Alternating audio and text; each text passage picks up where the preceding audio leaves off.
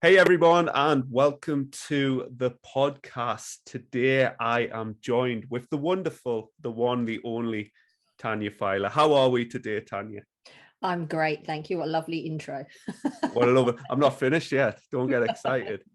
So Tanya is a mindset marketing coach. So NLP practitioner, NLP master practitioner, all sorts of qualifications. You can give us a better idea of all the things that you've done, but her most important accolade is the fact that she's coaching me as well. Lucky lady. How are you today, Tanya? I'm good. Yeah, I'm really good. Thank you. I am very refreshed after a recent holiday. So I am Beautiful. firing on all cylinders. Well, we're going to talk a little bit about that. We're going to talk a bit about kind of you, what you do, how you help people, how you inspire people. I can talk a little bit why I wanted to work with you as well, and the numerous positive things that you've helped me with. Hence me wanting to have you on this podcast. Before we go on to that, I know I gave you such a stellar introduction there, but is there anything that you would love to add just to tell us a little bit more about you and your background? So I start at the kind of beginning of my business journey. I started out as a social media marketer. I left paid employment because it just wasn't working for me. I wanted to be my own boss. So I kind of developed a marketing business for myself. Did that successfully for 5-6 years, then found that people wanted to learn how to do the thing rather than me do the thing. So I became a marketing coach. And through that, I found that the one thing that holds most people back with business, with life, with any kind of progress that they want to make is their own mind. So all of the stumbling blocks, all of the struggles, all of the perceived struggles tend to come from inside your own mind, your perspective of the world. So I started to look into mindset and life coaching and understanding how people's brains work, why your own inner narrative is so loud and so negative, and how it has such an impact on what you do, how you do it, and how you show up. And one of the key themes that always came through with my marketing coaching was people would struggle with believing that they were good enough to do the job that they wanted to do, or that if they wanted to show up on social media, what would people think of them? So it was a natural progression for me to start adding that element of mindset coaching, helping people get insights into their own mind, how to work through things like procrastination and imposter syndrome. I qualified as an NLP practitioner 2.5 years ago. Oh my God, it's July, isn't it? 2.5 years ago. Qualified as a master practitioner January this year, and I'm also a master coach and a master hypnotherapist. So, and the hypnotherapy is an element that I want to start using a little bit more, because being able to give people that deep sense of relaxation and the rapid transformation that can come from an NLP hypno session is astounding. It's almost like I feel quite fraudulent sometimes because it is so quick.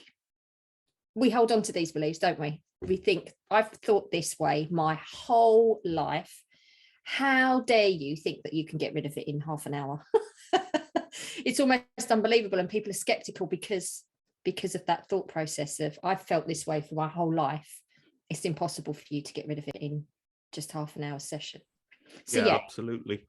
So that's kind of my progression of what I do and how I do it. What kind of really wanted you to explore this side of change? When did it kind of become obvious to you that working with people, there was a little bit more beneath the hood that wanted you to explore this side of change? Yeah, I think when I started to work in a one-to-one coaching basis, I've got a natural affinity for conversation and people. I've always found it really easy to build rapport and to have deeper conversations, like get people to answer questions that they've probably never been asked. And it was through the same thing coming up over and over again. So not feeling able that they could show up as themselves online, or feeling like they were fraudulent, or the incessant procrastination of putting things off and not being able to achieve their goals because there was just this feeling of stuck. Like, I know what I need to do, I know how I'm supposed to do it, but I'm just stuck. And these themes just kept coming up over and over and over again. So I started to look at, how can I question their beliefs? Because this, you can tell when you have conversations with people that they've just got this belief that they're XYZ. Oh, I can't do that. I've always been a procrastinator, or I'm a lazy thinker, or I'm crap at maths. This deeply held belief that I just wanted to question and shake up. But I wanted to be able to have a solid framework with which to do that. So I started looking at CBT and NLP as an interest, just so that I could see, is there weight in this stuff? Is this something that I can learn about? And fell into signing up for an NLP practitioner course 2.5 years ago, and was crapping myself because I thought, oh, I'm never going to be able to do this. Like, it's too much for me. Like, I'll never grasp all of this stuff. My hidden belief that I wasn't good enough was trying, but I was like, oh, do you know what? I've got nothing to lose. It was the beginning of lockdown. I was stuck at home anyway. So I threw myself into this course, and from like the first half hour speaking to Steve and Callie, the trainers, I just felt like I was at home, and everything that they were teaching me, I knew. I already knew. I had an instinct and an intuition around this stuff, but I'd never had a framework or a name for it. So I just started to absorb all of those things and implement them in the work that I do. And through that, and through being able to ask deeper questions, challenging people on their own thoughts, it helps move past that feeling of stuck, because it's a new perspective. Yeah, absolutely. And, you know, I've known you for probably a good few years, and only been recently working with you. So I personally, from the outside in, have seen this kind of transformation. And personally, I felt this was the right time to start working with you, because I've had business coaches in the past who I felt just didn't get me, versus someone like yourself. And I was like, yes, I understand. Yes, there's the actual practical side of running and owning a business. Yeah. And there's the practical side of change in general, you know, when it comes to body changes and body transformations. But for a lot of people, there's a lot of underlying things. What was your like biggest kind of limiting belief, and getting over that, what's that allowed you to do? So one of the key moments for me for doing all of this change stuff and working through, helping people work through their problems, was the awareness I had around my own limiting belief. It was when I was starting to get really engrossed into Brené Brown and her work. And I've loved Brené Brown for, it must be 6 or 7 years. I've been a big fan of her work. And I remember about 3 years back listening to one of her podcasts and hearing her talking about the stories that we tell ourselves. And it was just fascinating for me, that light bulb moment of, wow, shit. So all this time, throughout my whole life, I've told myself I'm never going to be able to do the business stuff because I'm crap with maths. Numbers just are out of my grasp. I can't do that. I just can't do that. I can't do that. I'm not good enough because I haven't got a degree. I haven't got any official training. And also, why would anybody listen to me? what do I know that can be of any benefit to anybody? And it's a pattern that I've had through like my whole life, and particularly my adult life. And that was always not enforced, but affirmed for me through choosing jobs where none of that ever had to be a problem. And then working within asset finance, like my last employed role, I felt so out of my depth because it was a sales company focused on figures and large numbers, and it was run by really important, powerful men. And I always felt that I wouldn't have success there because I was none of those things, and I couldn't ever be any of those things. And I left there anyway because of a clash of personal values, shall we say, with my sales director. I left under a very dark cloud. I stomped like Pingu out of the office and never went back. But recognizing through that podcast episode of the stories that we tell ourselves are the things that hold us back. They stop us from connecting. They stop us from authentically being ourselves. And it was just like a Archangel Gabriel kind of descended from heaven moment. And I was like, fuck, this is the answer.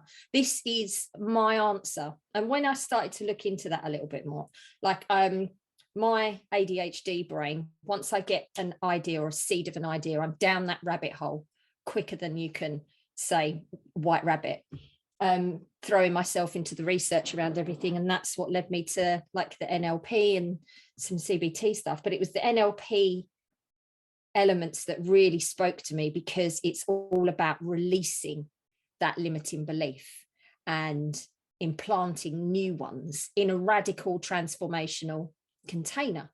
It doesn't involve therapy. It doesn't involve counseling. You don't have to start talking about all of the things that have led you to that point.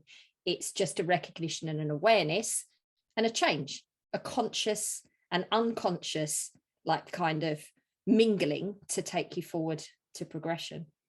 So yeah, it was a podcast like maybe 3.5, 4 years ago. And I was just like, wow, so simple. And I'd literally not been able to grasp that concept. Amazing. So when you're working with clients, like, where do you even start with getting them to where they want to be? What does that journey look like?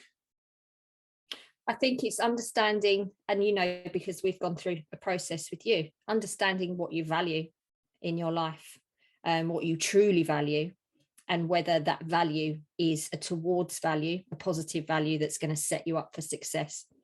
And then figuring out, how do we get you towards your goal? And your goal is based upon what you value in life, and you normally want more of what you value. How do we get you to that goal in a way that doesn't lead detriment to your energy, to your environment? So in NLP, you know, we call it the ecology of your life. How can we move you forward in a way that is aligned with your ecology, aligned with your values, and also, because of the work that I've done in marketing and everything else, aligned with the people that you want to work with? So it's kind of an alchemy of everybody's values and alignment, and how do we make this into something that works? And it's testing, it's asking the right questions, it's finding where your stories are. What stories are you telling yourself? How do we make these stories different? And how do we do that in a way that isn't detrimental to energy, capacity, family time, environment? And it's different for everybody, which is why I'm always quite at pains when I see packages or templated kind of coaching solutions, because everybody's so individual that you can't apply the same methodology. You can have the same framework, but you can't apply the same methodology to each person you work with. Yeah, that's my thoughts and feelings towards exactly the same. I mean, we can talk like the parallels between what you do and I do, just under a different kind of umbrella. It's exactly the same. So when you see the marketing off the back of these, let's call them boot camps or whatever, you're going to see the good, and the people that it helped that it did speak to, Yep. versus you never see the bad. Nobody's going to show you the people. So if that works for 1 in 10 people, who are you going to see? Yeah, absolutely. And it's that awareness of how people work and how we think as humans. When you have an understanding and an awareness of what people perceive, like the biggest misconceptions and things that people believe in, you start to view the world in a completely different way. You question pretty much everything. But I think there are definite huge parallels between the life coaching and mindset coaching industry and the health and wellness coaching industry. I think the word coach should theoretically define what people do, but people use the term coach when actually they just mean trainer or teacher, because they're just imparting information on you. They're not actually making it fit within your ecology. It's not tailored to your individual needs or desires or wants or dreams. It's just well, this is what I've done, this is what I know works, here you go, this is how I've done it. That's training and teaching, as opposed to coaching, which is, okay, what do you want? Mm-hmm. Sometimes being coaching people within businesses that you have no idea about is really the most powerful thing, because you can ask some simple and naive questions that maybe they've got lost in, versus as you said, as a trainer or a teacher or as a mentor, they are pretty much maybe teaching you what they know. And I think it's a good idea maybe within certain sectors of your work to have that, but also a coach is someone there to kind of put an arm around you, not to push, not to pull, but to move forward with you. So like, what's your favorite thing about being a coach? What really, why do you do what you do? Because I get to have amazing conversations every single day. So I am really passionate about connection, about words, and I'm curious about everybody. Like, I love stories. I've been able to read since I was 3 years old, and I've devoured stories and words my whole life, and being able to have real life conversations with people and understand their stories, and help them create new ones.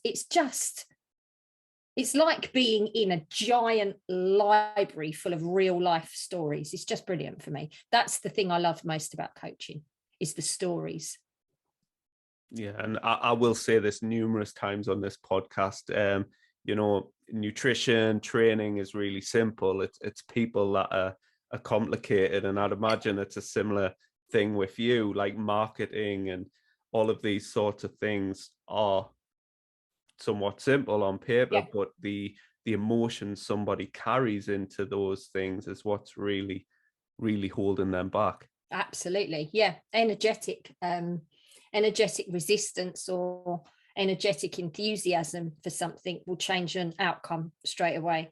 You know that if you've got an appointment, or you've got a meeting, or you need to do something and you're dreading it, you're not going to go into that with a positive intention, with a positive expectation. You're going to go into that like with, let's get this shit over and done with as quick as possible and as painless as possible. And you're not going to set yourself up for any kind of success with that attitude or that approach.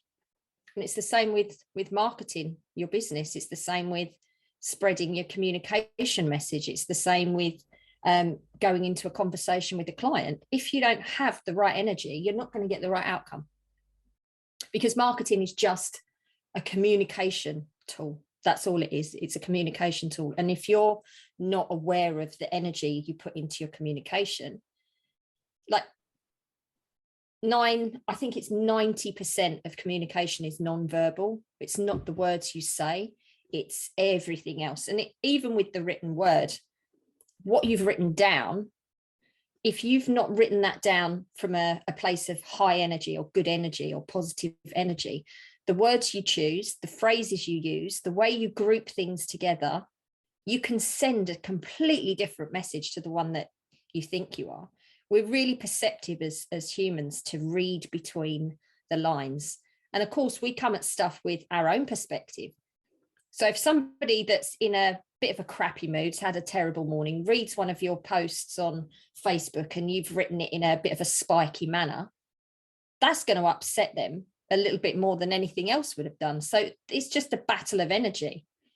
And sometimes people, it's a bit of a revelation for them when you just say, well, don't write anything or don't create anything when you're not in the right frame of mind. Only do it when you are in that good headspace. Practice doing it when you're in that headspace. It makes a massive difference. Try it. The next time you're in a crap mood, write down a journal entry or a note or a text message to yourself. And then when you're in a good mood, a really great mood, go back and read it. Would you change what you've written? It's such a good exercise, and it's why journaling is really important, but also reflective journaling. So again, if you've written something down when you're feeling really low or anxious or stressed or worried or sad, go back to it when you're in a much higher state and read it, and then change that thought.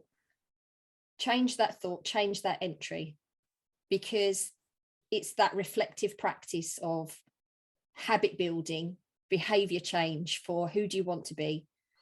Go back and you can change that perspective and that outlook to the better one. And it just highlights how our emotions flip so seamlessly, but it's all based on the stories that we tell ourselves about the environment and the situations we find ourselves in. What's like, in your opinion, what do you feel is just holding people back, and why do they keep bouncing to these, boot camp style marketing things, just like these people are going to these quick fix dietary interventions and all of that? What's your thoughts around why they are doing that? Because again, it's a perception. We're fed this lie that there's a quick and simple fix for this. 6-week fat loss boot camp, 2 weeks to better social media marketing, 10x your income in 10 days. They're all playing into the human psychological belief that there is a magic pill for the problem that you have. And the magic pill for the problem that you have is in your own head, and only you can change that. But it's being able to identify that story. And normally those stories, they start like when we're tiny children. Our psyche, our neuro patterns are implanted and built before the age of 7.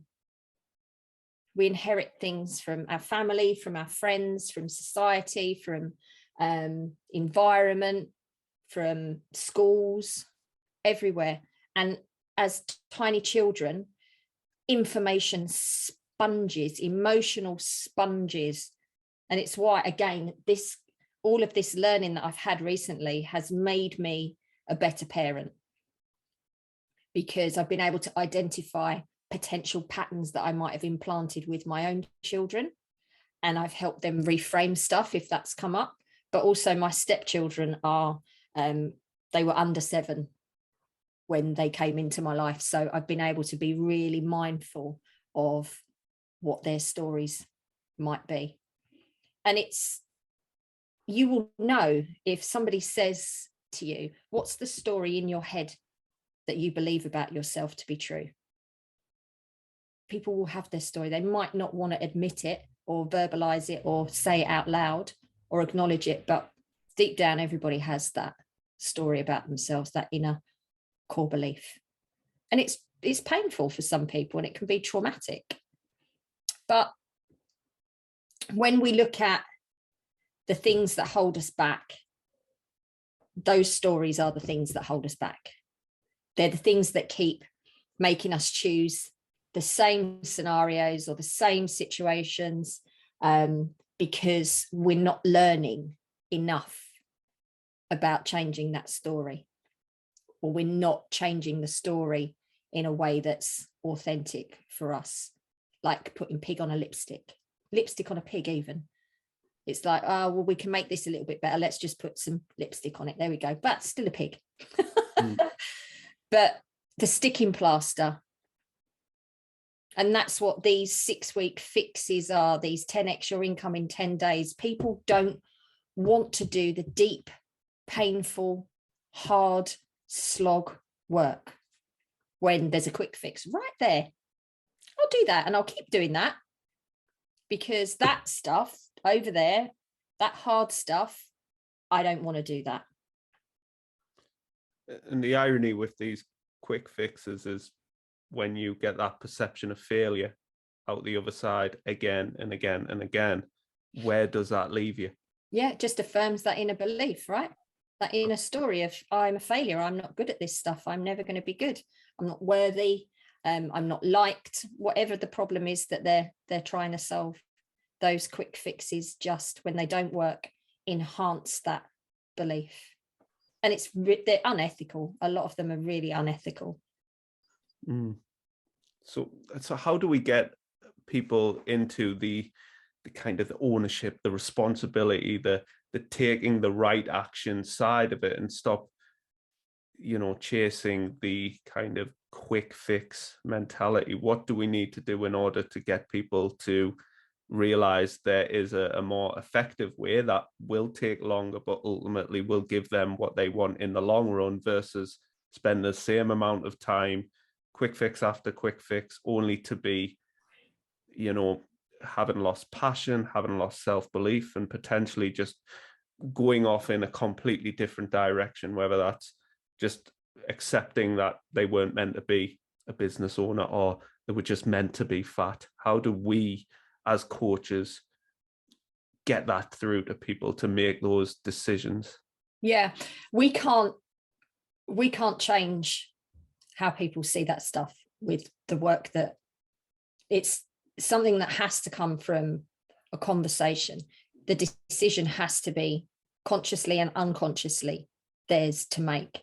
But what we can do is share our stories and other people's stories of how they've done it and the awareness that they've had. The more that we have these conversations online, offline, with family, it's that greater awareness of, it doesn't have to be that way. There is another way. Here's what I've learned. Here's how I've helped people, or here's what I've done with my coach. This might work for you. It's just doing good work and making sure people know about what that good work is. Behavioral change and ownership is something that's a conscious and unconscious decision. So in NLP, we talk about people being above or below the line, whether they're a passenger or a driver on the bus. And when somebody is in that state of mind of being below the line of responsibility, they're the passenger on the bus. They get taken around life. They're not choosing their own path. They're being controlled by external factors. And you'll know when somebody's in that frame of mind, because they will blame everything and everyone but themselves. So it'll be, I can't do that because of XYZ and XYZ. And when you remove the obstacles for them, they still go, oh no, I can't do that because I've never been good at that. They're a victim of circumstance. Yeah. And I hate the term victim mentality, but that's what it is. It's that everything is, but it can be changed with just some awareness and confidence building, and seeing other people who've been in a similar situation overcome that stuff. But some people are just never going to get above that line. Some people will always just be passengers on the bus, and try as we might, we can't get them to change. But what we can do is effectively change the ones who are above that line. And these are the people that would be listening to a podcast like this. Exactly that. You can tell where you're going to meet people that are interested or potentially candidates for change or development, because they're looking for answers. Even people that are curious, people that do things outside of obligation and expectation. So it's very easy for people to just exist.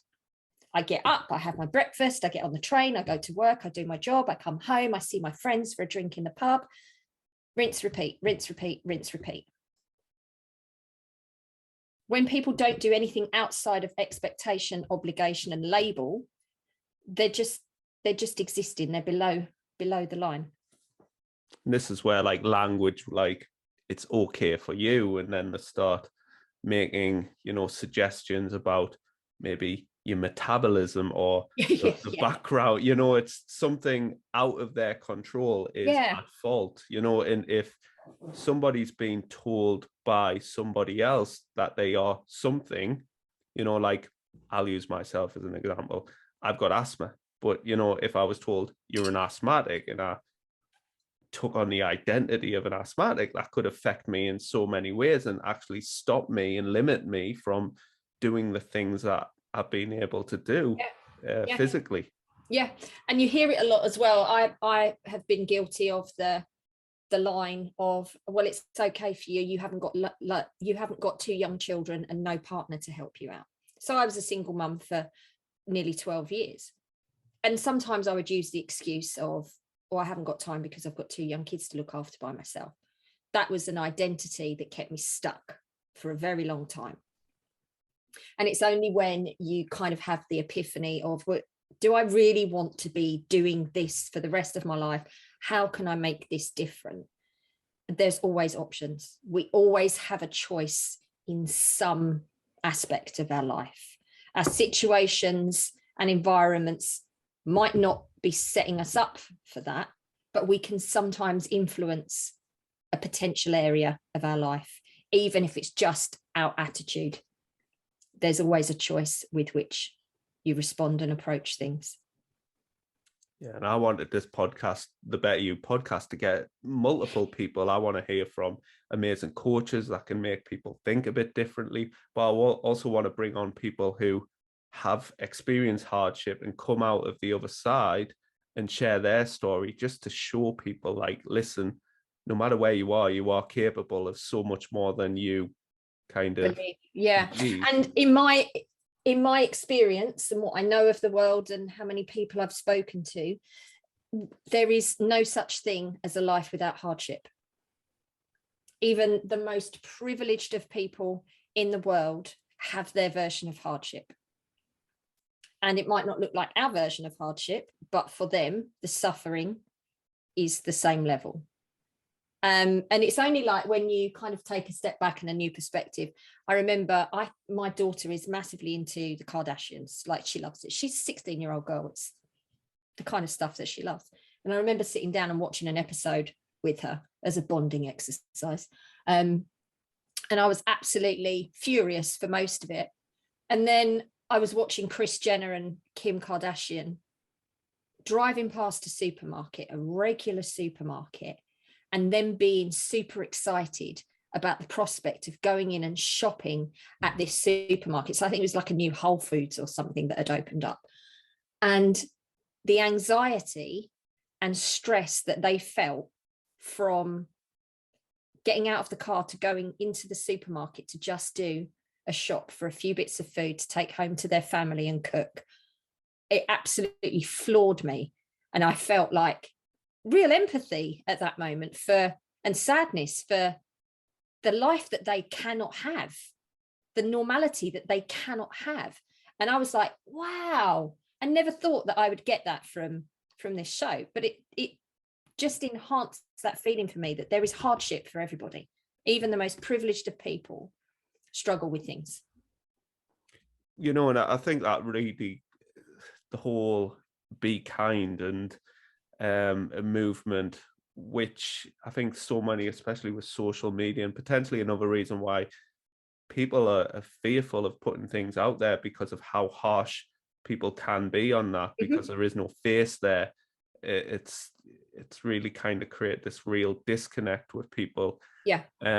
Seeing things through other people's eyes, and, you know, sliding in someone's DM and just asking, like, are you okay? Like, because you and I read between the lines, but everybody's very just kind of reactive into what they what is it? The brain distorts, generalizes, and deletes information because it's bringing in so much information, and the evidence it's going to get it from is from their own personal experience. So what one person sees an event as maybe totally jumbled up in somebody else's eyes. So it's like really interesting that you took that from such an amazing show. But it's true. So we all have our own version of the world, and like NLP is big on being able to engage and interact with somebody else's version of the world. We can both be walking down the road, the same road at the same time next to each other, and there can be somebody walking towards us with a dog. Now, if your version of the world, your lenses and your perspective tells you that that dog might bite you because you've been bitten by a dog before, and your parents have raised you to be frightened of dogs and to always cross the road when one comes towards you, that's going to fire up your fight or flight system. Whereas me, walking next to you, see somebody walking towards me with a dog, been raised my whole life with dogs. Dogs have always been something I find joyful and caring and affectionate and fun. My experience of that is excitement. But the weird thing is, your body's physiological response is the same as my body's physiological response, but the label we give it is vastly different. Yours is fear, mine is excitement, but the physiological response is exactly the same. It blows my mind that that is the case, and all it is your version of the world has taught you that that response in your body means that thing, and we can change that. It's like, no, it's excitement. This dog can't hurt you. It's not going to hurt you. And that's why I think like coaching is such a wonderful thing, because you can take something that somebody's held so true to themselves and in an instant maybe use some different language and get them to say it through a completely different lens. And now it's changed the entire course of their life. And this is why I believe like one-to-one is the most powerful tool, because like you get to work with that person, their script, their story, and change it to a completely new one. Absolutely. And again, with moments like that and what you've just said, the victim mentality, the secondary gain. So sometimes people will have an identity based on their version of the world. So they will take on that story and it becomes their identity. And when you challenge and you want to remove that because it's holding them back, it's a negative thing, they're fearful. It's an unconscious thing. It's not a conscious thought pattern, but it's if I lose that, what do I have left? What am I if that's removed? So if I'm not the scared, anxious, shy one, then I have to be the opposite of that. And that's fucking terrifying because I've never been there before. So no thanks, I'm going to stay where I am. And that's what we call secondary gain. But also sometimes people will gain attention or sympathy or some kind of emotional response to them having that particular problem. But it's on an unconscious level. But we can help people become aware of this stuff. And it just needs one moment of awareness or enlightenment for some people to just go, nope, don't want to be like that anymore. I'm ready to change. One of the exciting things I find with coaching is the we'll see what happens attitude, because especially early on in the beginning, you don't know this person. And the reality is they probably don't really know themselves on that unconscious level. So once you start recognizing some patterns and words and language, you can really start then facilitating, well, what's going to move this person towards that person they want to be. So, I mean, when you're like working with people, I mean, I know, but let's say for argument, I don't know. Where we kind of they are where they are, starting to work with you, they're like, right, Tanya, I need my help. Where do we go from there? What is it about? Like, right, what's the vision? What do we want? Where do you start with people? Small actions around strengths that have been identified. So without giving away like my entire toolbox here, there are things that I look for. There are repeated words and repeated phrases, but again, it's like my intuition around what somebody does really well, like conversations that I'll have, and I'll see where energy is obvious, and then that becomes a way of moving people forward. So that's the motivation. So that finding that intrinsic motivator in people, what is driving them. So it is values stuff, but it's also, what are they getting energy from? What kind of work is it that they're doing that I know is a strength and helps them achieve flow? And we'll focus some action points on those high energy strengths, and that builds confidence. And when you have confidence, you can push people out of their comfort zone a little bit. I'm a believer in pushing people outside of their comfort zone in incremental stages, but also if I know that somebody's a resilient type, I'm quite happy to just drop them in at the deep end. But it is conversational, it's individualistic, and it's always something that is client-led. So I would never suggest something to you that you wouldn't be on board with. So when it's a drop you in at the deep end with pushing you out of your comfort zone, you'll approach it with excitement. It won't be a fear or a dread. It will just be, this is a challenge.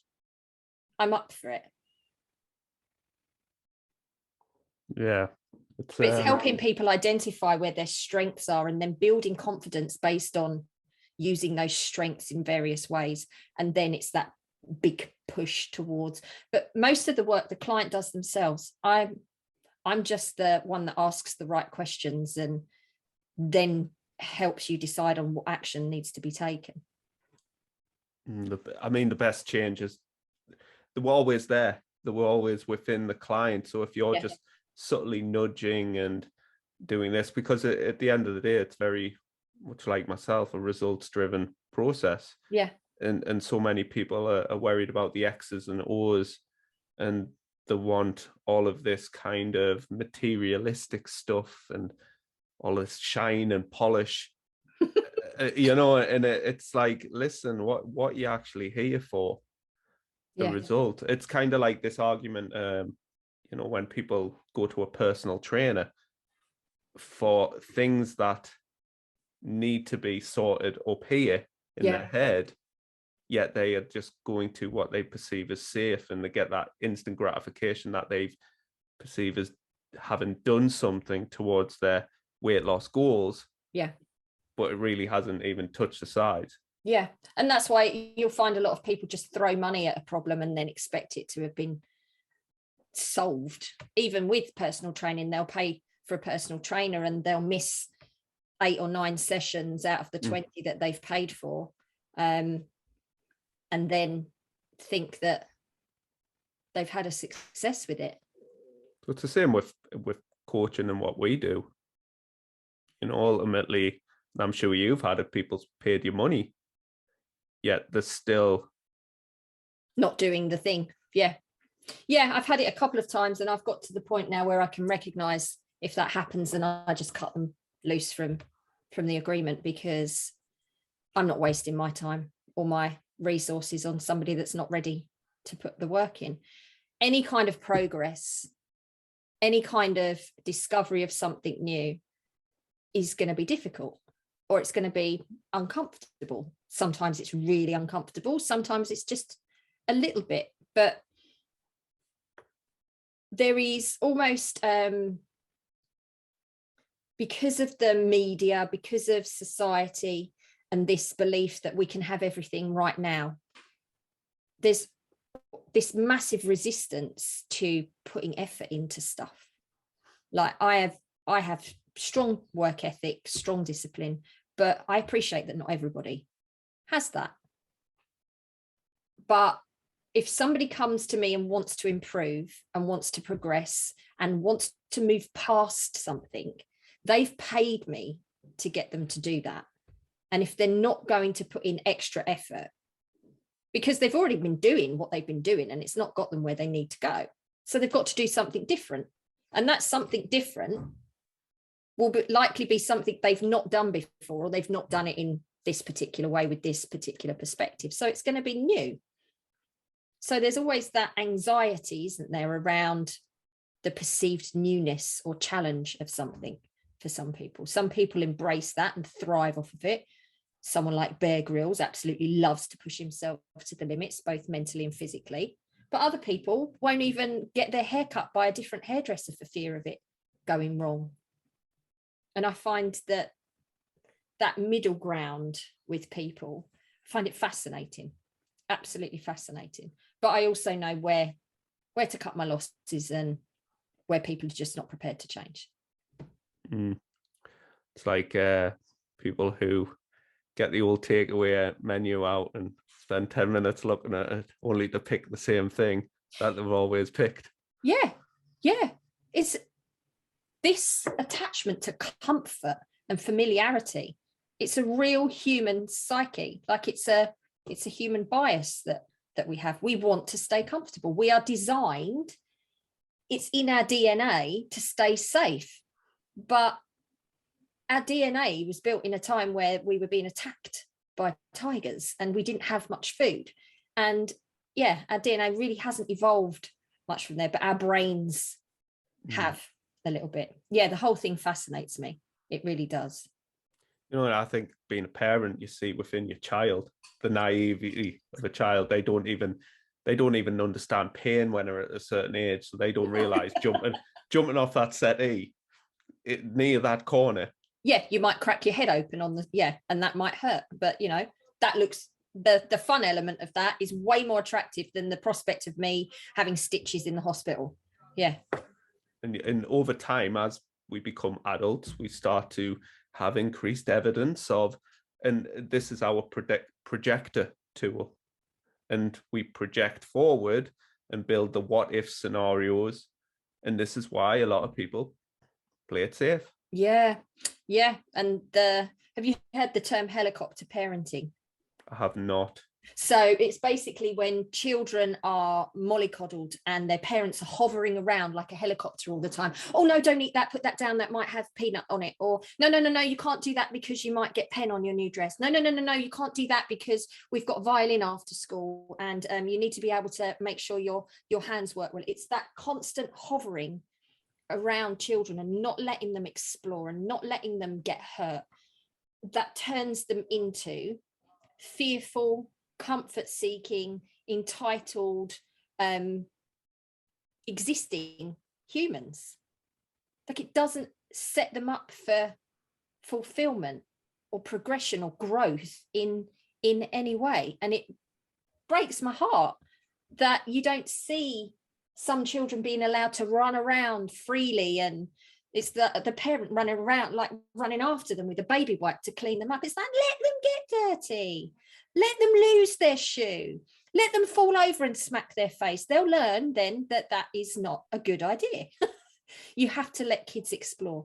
We have to let people explore and be there if they fall over. And that's kind of what coaching is as well, is you give people the room, the space, the container to explore and try new things. And if it goes wrong, you're there to pick them up, dust them off and get them going again. Sometimes I feel as a coach, I'm almost just giving people permission to fail. Yeah. I'm like, just go and mess up. Just like, throw to a certain extent some spaghetti at the wall, instead of worrying about this, that, and the other. And, this conversation's been fascinating. And I want in 5 years' time people to be listening to this podcast when I'm huge and coming back and having people of all sorts of backgrounds to listen to this. We're talking about helicoptering children, but of course there's children, and again, this is unfortunately what people's futures are like, children who are coming from backgrounds where they maybe not have been as privileged as others, and we've got terrible things that are going on in this world, but that's kind of still some subconscious messages that you've just been told that's all you're worth. Yeah. But you can change all of this in an instant. Yeah. Yeah. If people are given the tools to, and the understanding that the story you tell yourself can be changed and reframed in any way that you want, it doesn't necessarily mean that the environment and everything else sets them up for massive success. So I'm well aware of social mobility and non-privilege, massively aware. But if you can change your mindset with the hope and the prospect of change being a possibility, then you're going to have a better chance of coming out of that, a much better chance. You won't have the same privileges as everybody else, no, but when your mindset changes, you've got that hope. You know, my message is like, you can do it yourself. Anybody can do it themselves. It's within them, but quite often, like, most people won't do it themselves. Hence, like, having a coach and working with that coach and getting what you want. And as a coach, our job isn't to make people dependent on us. No. It's to give them what they come for. Yeah, empower and instill that deep confidence. But also through our work, like I really want to make an impact on everything. I have some real strong causes that I'm very passionate about. Social mobility is one of them. I'm a staunch feminist. I am trying to be a better human in all aspects of life. So I'm a bit of a champion for the underdog and for underprivileged people. And through my work, I kind of want to instill that same passion within people, so that when we improve and when we coach other people to improve, that they take that message out and they spread that too, in a way that is a force for good, rather than using it to just enhance their own privilege. Does that make sense? Absolutely. Amazing. Yeah. I think it's important that we recognize things aren't easy for everybody. But through doing the work that we do, we can help elevate others as well. Yeah, and it's really simple. Like, if nothing changes, nothing changes. Yeah, exactly. So, like, how can we get people above the line? How can we get them in from that victim, the blame, the complaint, to responsibility?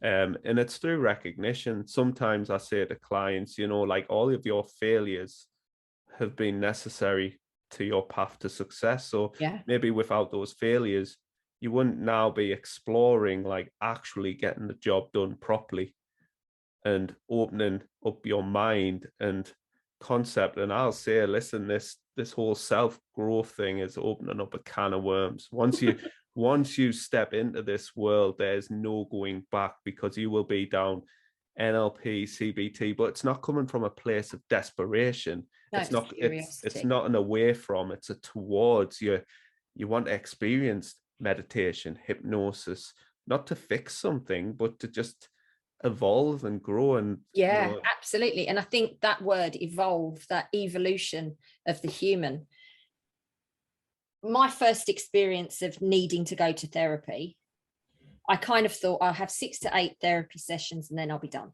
I'll be sorted. I'll be fixed. Those first 6 to 8 therapy sessions were literally a catalyst for a lifetime of change. And I had to start to accept that the journey of self-discovery and self-insight and growth and evolution, you're never done. There isn't a destination. The whole point of exploration is to keep going and to keep uncovering various bits. And it's like peeling back layers of an onion. And sometimes it's painful and it makes you cry. But underneath that is another layer, which is beautiful, brings you joy and content, and allows you opportunity. It allows you to see more opportunities. When you start to dig under those layers, you become, you evolve and you grow as a human, and your life experience is just enriched and fulfilled. You become excited again. Yeah, absolutely.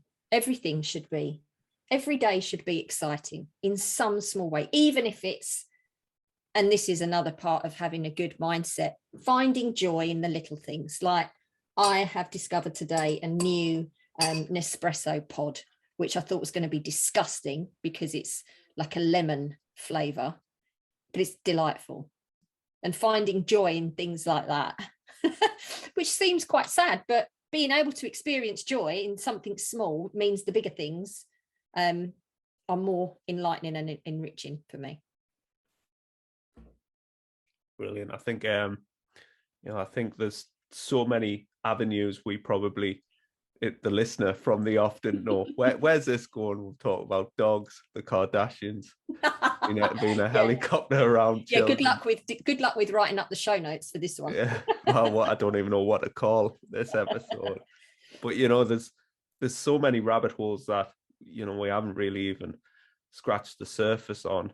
And this is the idea of everything that we do, and I'm sure it's going to open up even more conversations. And I think people being able to take away probably more fantastic questions than answers. And you and I know as a coach that really it's coaching's about asking amazing questions rather than just giving answers. That's the teacher, that's the mentor. Yeah. And for you to go away and explore. So like, if we had to leave some people with some fantastic questions, like what would those questions be, Tanya? So I think the first question should be, what is my story? I think that's such a good, curious, explorative question for people to start with. What's my story? And you can start wherever you want, whenever you want in your life with that. But start with that and you will begin to uncover, just let the words flow onto the paper. And I always advise that you do this with pen and paper, not on a computer, because there is strong evidence to suggest that you become more connected when you use pen and paper. The brain to hand exercise means that you become more invested and connected in the words. Let that flow out and you'll be amazed at what comes up. What is my story? Another really good question to ask is when you're in that frame of mind of resistance. So when you feel resistance in your life at any point, whether it's wanting to do a bungee jump with your mates off a cliff in Wales, and you suddenly feel that, oh, I don't want to do this. Why? Whenever you feel resistance, question it. Why do I feel resistance? Where has this come from? When did I first experience this? Can I move past it? Those questions should set you up for some real meaty answers of self-exploration. Beautiful, absolutely amazing. So just to end things, Tanya, where can people find you? Literally put my name, Tanya Filer, into Google and you'll come up. I am not the Harvard doctor, by the way. There is one other Tanya Filer in the world, and she's far more notary than I am, but I'm the one that lives in the UK. I'm on LinkedIn, I'm on Instagram, I'm on Facebook, I'm on TikTok, I'm on Twitter. So all of the social media. Oh, and I'm on Pinterest too. So just put my name into any of those social media platforms and you'll find me. Well, I will put all of those bits of information into the old show notes awesome. And where everybody can find you. But I just want to say an absolute massive thank you. I appreciate your time today. And no, I've enjoyed it. I love having conversations like this. It's literally my life's work. I could do this all day long, but I don't get paid for it. So right. Well, thank you very much, Tanya, and we'll catch you next time. Wonderful. Thank you.